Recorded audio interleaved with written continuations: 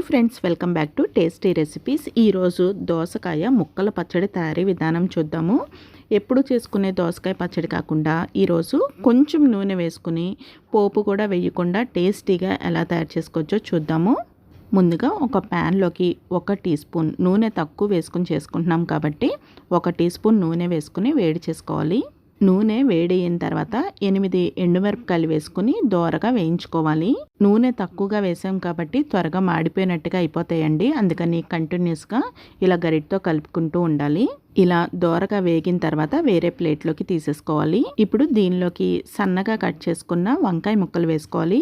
మనం నూనె తక్కువగా వేస్తున్నాం కదండి, అందుకని ముక్కలు పెద్దవిగా కాకుండా కొంచెం ఇలా పల్చగా చేసుకున్నాము అనుకుంటే త్వరగా మగ్గిపోతాయి. వంకాయ ముక్కల్ని ఇలా కలిపేటప్పుడు నూనె అస్సలు లేదు అనిపించినట్టయితే ఇంకొక టీ స్పూన్ వరకు నూనె వేసుకుని కలుపుకోండి. అస్సలు నూనె లేకపోయినా కానీ టేస్ట్ బాగోదండి. అందుకని ఒక 2 టీ స్పూన్ల వరకు నూనెను వేసి ఈ పచ్చడి తయారు చేసుకుందాము.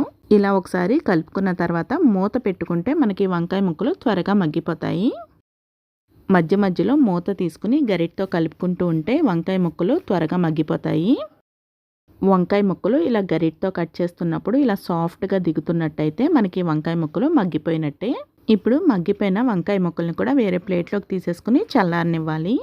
వంకాయ ముక్కలు మగ్గేలోపు మిక్సీ జార్లో ఎండుమిరపకాయలు వేసుకుని గ్రైండ్ చేసుకుందాము. ఎండుమిరపకాయలు ఇలా వేస్తున్నప్పుడు గలగలమంటూ కొంచెం సౌండ్ లాగా అనిపించినట్టయితే మనకి చక్కగా వేగినట్టు. ఈ ఎండుమిరపకాయల్లోకి 1/2 టీ స్పూన్ వరకు జీలకర్ర, 1 టీ స్పూన్ వరకు కల్లుప్పు వేసుకుని గ్రైండ్ చేసుకోవాలి. ఒకవేళ కల్లుప్పు లేదు అంటే సాల్ట్ కూడా వేసుకోవచ్చు. ఎండుమిరపకాయలు ఈ విధంగా గ్రైండ్ చేసుకున్న తర్వాత దీనిలోకి మగ్గించుకున్న ఈ టొమాటోలను కూడా వేసేసుకోవాలి. ఈ పచ్చళ్ళలోకి నూనెలో మగ్గించుకున్న టొమాటో కూడా వేసుకోవచ్చండి. నేను టొమాటో వేయట్లేదు. పులుపు కోసం ఉసిరికాయ సైజ్ అంతా చింతపండుని కడిగి వేసుకోవాలి. ఇంకా దోసకాయ 1/4 కేజీ దోసకాయ తీసుకున్నానండి. దాంట్లోకి సగం ముక్కలు అంటే కొన్ని ముక్కలు మాత్రం మనం పేస్ట్ లాగా చేసేసుకుంటాము, మిగిలినవి ముక్కల్లాగా ఉంచేస్తాము. మనకి కలుపుకునేటప్పుడు గుజ్జులాగా రావడం కోసం ఇలా ముక్కలు వేసి గ్రైండ్ చేసుకోవాలి. పచ్చడి మరీ మెత్తగా కాకుండా ఇలా కచ్చాపచ్చాగా గ్రైండ్ చేసుకుంటే బాగుంటుంది. ఇప్పుడు దీనిలోకి మిగిలిన దోసకాయ ముక్కలు కూడా వేసేసుకోవాలి.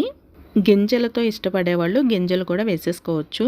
ఇంకా ఈ దోసకాయ పచ్చళ్ళలోకి పచ్చి కొత్తిమీర అంటే వేయించుకోకుండా మనం ఇలా డైరెక్ట్గా వేసుకుంటే బాగుంటుంది. కొంచెం కొత్తిమీరను కూడా వేసుకోవాలి.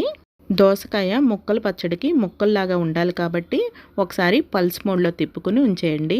ఇప్పుడు దీన్ని సర్వింగ్ బౌల్లోకి ట్రాన్స్ఫర్ చేసేసుకోవాలి. నేను నూనె చాలా తక్కువగా వాడాలి అని కాన్సెప్ట్తో ఈ పచ్చడిని తయారు చేశానండి.